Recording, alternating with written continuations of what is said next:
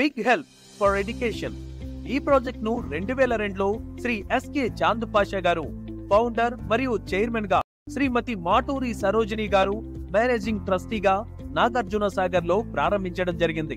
ప్రస్తుతం ఆంధ్రప్రదేశ్ ప్రాజెక్టులకు assistant executive director గా తాటి భాస్కర్ బాబు నియామకం చేయబడి వివిధ విద్యా అభివృద్ధి కార్యక్రమాలను పర్యవేక్షించడం జరుగుతుంది. శ్రీ ఎస్కే చాంద్ పాషా గారు గత 22 సంవత్సరాలుగా బిగ్ హెల్ప్ ఫర్ ఎడ్యుకేషన్ కు చైర్మన్ గా బాధ్యతలు వహిస్తూ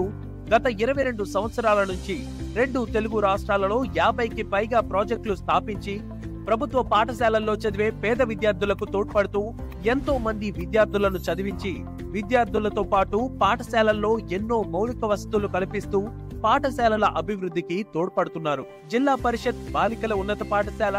బాలుర ఉన్నత పాఠశాలల్లో ప్రాజెక్ట్ ను ప్రారంభించి ప్రతి సంవత్సరం 20 మంది తల్లిదండ్రులు లేని పేద విద్యార్థులను దత్తత తీసుకుని వారికి విద్యా వసతులు కల్పించడంతో పాటు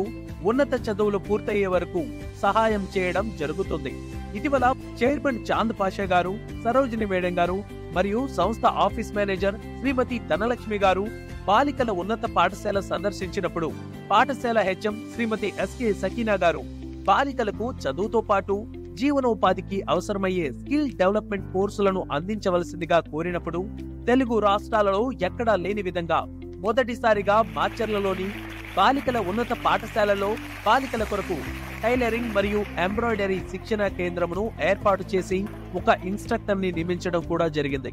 శిక్షణ కేంద్రాన్ని ప్రారంభించిన మాచర్ల మండల విద్యాశాఖ అధికారి శ్రీ అల్లి సురేష్ గారు మాట్లాడుతూ ప్రభుత్వ పాఠశాలల్లోని బాలికలకు ఈ విధమైన స్కిల్ డెవలప్మెంట్ సెంటర్ ప్రారంభించడం పట్ల శ్రీ ఎస్కే చాంద్ పాషా గారిని అభినందించారు.